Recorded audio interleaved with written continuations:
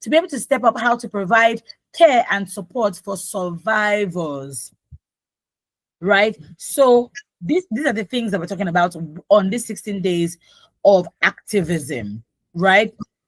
Violence against women remains a global crisis, like I said, and there's been little or no change over the past 2 decades. In the last 12 months alone, 11% ever pregnant women aged 15 years and older experienced physical and sexual violence by an intimate partner. Despite decades of commitment, progress has remained slow, with only 0.2% annual decline in prevalence. Sexual violence beyond intimate relationships is also widespread. So these are the things that we are discussing right now. So in this day and age, what are the things that we need to put in place to put an end to violence against women, digital violence against women? You know, one of the things that you can do is raise awareness. I typically say that if you are seeing that somebody is being abused physically, financially, you will see it, right? Speak up about it. Open your mouth and speak up about it. Hi, Blessing. Nice to have you back. You are muted though. Okay, we can keep going. You speak up about it. Also, be an ally. Challenge unequal gender norms, sexist behavior. Excuse me. Hi, can you hear me? Yes, I can hear you. Hi, Blessing. Good afternoon. I'm sorry for the technical issue. I've been trying to Oh, fix no, it. it's fine. Hi, Blessing. How are Thank you? you so much. I'm good. Do I need to turn on my camera? Yes, please, if you can. Okay. Thank you for the opportunity like this to, allow organizations like us to just spotlight our organizations that are working towards digital violence against women and girls. Okay. In few words, can you just tell us what your organization is about so that people can hear? Okay. Our organization is 3D Tech Girls Initiative. We are focusing on empowering girls in the rural and semi-urban communities through digital literacy, safe online practices, and confidence-building training. So we work with secondary schools, youth groups, churches, and communities to help them discover their abilities, develop their digital capacity, and as well dominate safely in today's online world. Okay.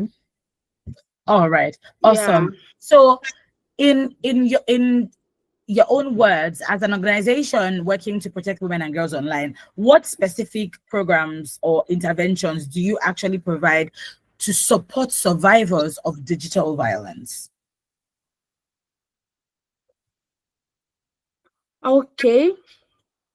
Thank you so very much. As an organization working to protect women and girls online, one of the programs, one of the things we concentrate on is that we try to make help simple and very close to the girls who truly need it.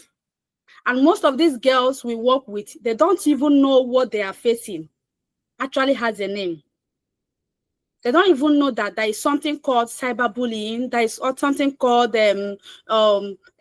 digital harassment and all of that. So we start by giving them a safe space to talk. When a girl tells us how she feels or how she has been bullied or how she has been threatened, maybe on Facebook, on TikTok, because the girls of now this generation, they're always going on TikTok, or how they have been harassed by men who are sending them nudes through their DMs and all of that. What our team does is to sit with her to understand exactly what happened, what transpired, to what really caused that. And we do this without judgment or pressure.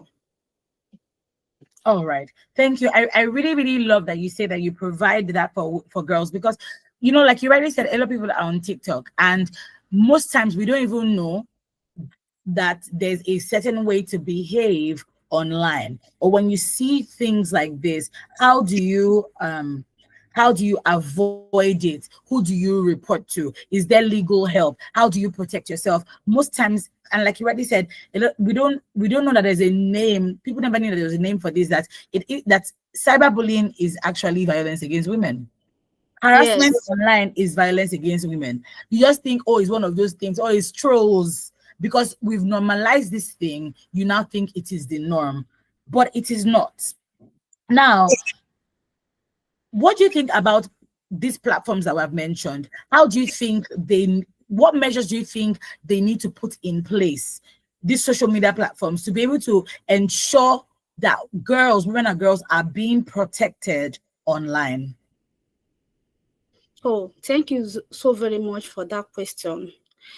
One of the measures that we are taking is that first, we support her in a very practical way.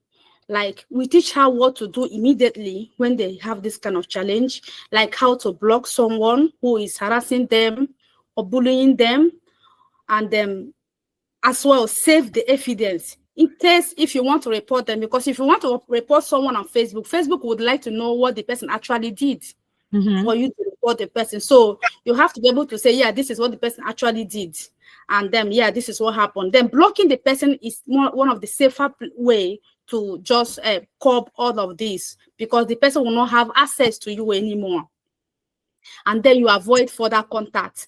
In case if the person has your number on other social media platform, maybe WhatsApp or other thing, you can as well block the person. So which is the safest way and one of the surest way to curb this. We also guide on how to report this case, like I also told you, to the right authorities. So the appropriate local authorities or child protection officers, sometimes we collaborate with them in this our project. So we also run follow-up sections. So the girl will not be left alone. We have communities where all these girls are on WhatsApp, so that anytime they have such challenges, they can easily have someone to confide in, someone they can talk to without feeling judged, someone that can give them, pay attention to them, because a lot of them cannot even reach out to their parents, because their parents will be asking them a lot of questions that might make them feel bad, feel like they are guilty. So this is a way that we get to these girls and they will feel so safe around us.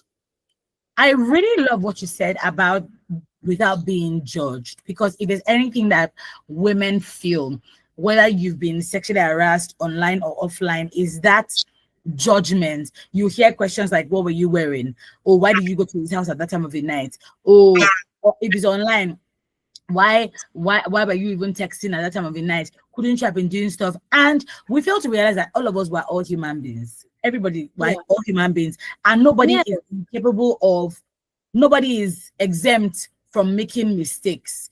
So I really like that. That's one of the things that your organization is doing. But also, are there programs, capacity building programs that you have that is dedicated to digital literacy or online protection that people can attend and get skills from?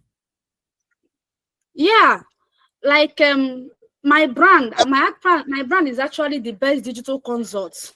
Okay. This is where, this 3D Tech Gas initiative is just a project we are doing. It's not like as if it's a brand. So my brand is actually the best digital consults, where we teach people, especially girls, digital literacy, how to navigate their ways in the online space. Because if you don't have any knowledge, a lot of people does not even know how to turn off their phones. I'm telling you the truth.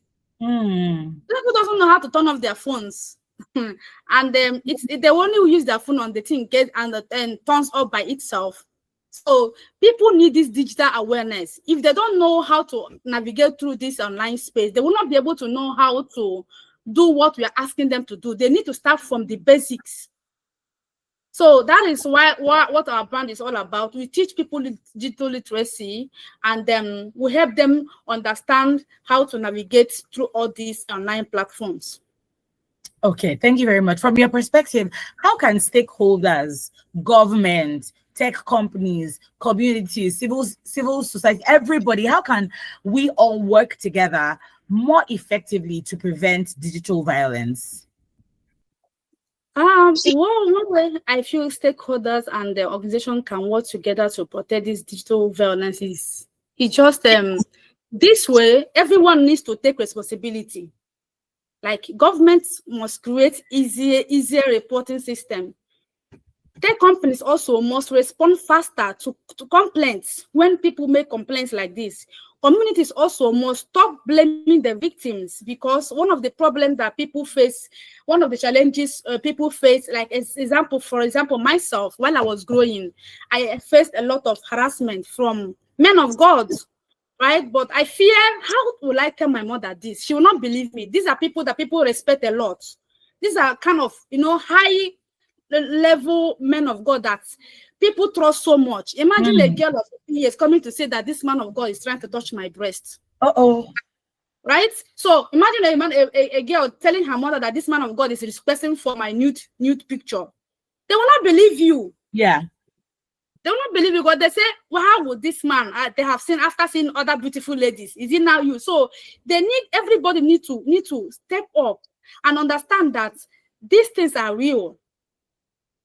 They need to stop blaming victims, because once you start blaming victims, anytime they have such opportunity, such challenge, they will not be able to report, and they'll be dying in silence. And parents also must be digital aware. Schools need to teach their students online safety, just like they teach mathematics and English and other courses. This should be included in curriculum. Thank you so much. I really, really love that you said that, because especially for the schools part, because the way they are teaching them the math and the English is the same way they should be telling them these are the ways you stay safe online.